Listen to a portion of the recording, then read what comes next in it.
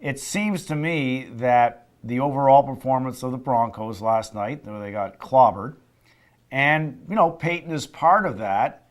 Um, the biggest talking point is, does last night's devastating loss for the Broncos take away from Peyton's legacy? Well, he's a Hall of Famer, even if they lost 100-0. But to get to the specific question, does it eat away, I guess might be a better way, or scratch away a little bit at his legacy? I don't see how it can't, but what do you think?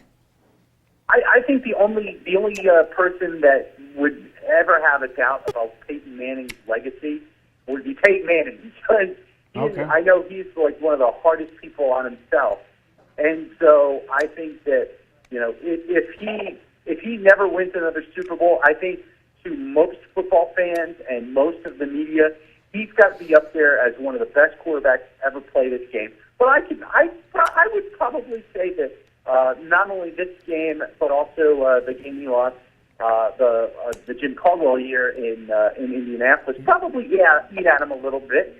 It doesn't help that he's getting consoled by little brother Eli, who has 2 Super Bowl rings.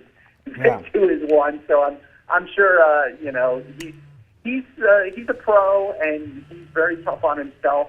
I don't think it should diminish his legacy in our eyes. So he may be a little upset that he couldn't get the job done either of those times.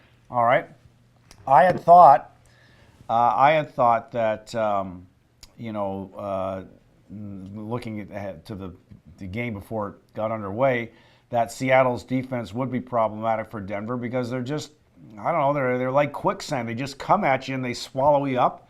And, between bumping receivers on the line and then just never stopping and trying to force Peyton out of his comfort zone, I think the margin of defeat was surprising.